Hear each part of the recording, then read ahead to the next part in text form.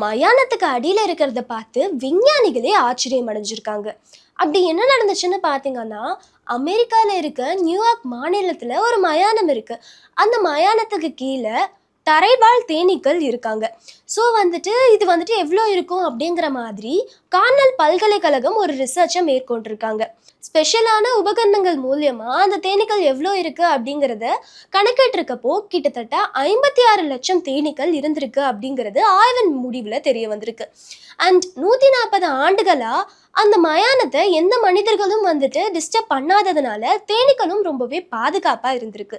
அது மட்டும் இல்லாம பக்கத்திலேயே பழத்தோட்டங்கள்லாம் இருந்ததுனால தேனீகளும் உணவுக்காக வெளியே அவ்வளவா வர வேண்டிய அவசியம் இல்லாததும் முக்கிய காரணமா இருக்கு அப்படிங்கிற மாதிரி விஞ்ஞானிகள் சொல்லியிருக்காங்க.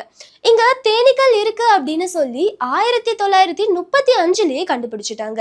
ஆனா எண்ணிக்கை எவ்வளோ அப்படிங்கிறது தான் இப்போ இந்த ஆய்வுல கண்டுபிடிச்சிருக்காங்க.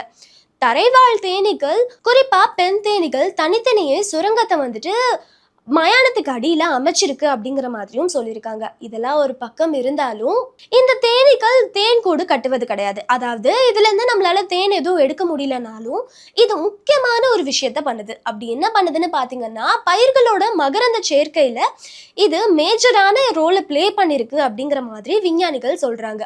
மறுபடியும் ஒரு தேனி மூலியமா பூமி எப்படி சமநிலை அடையுது அப்படிங்கறத இந்த ஆராய்ச்சி நிரூபிச்சிருக்கு.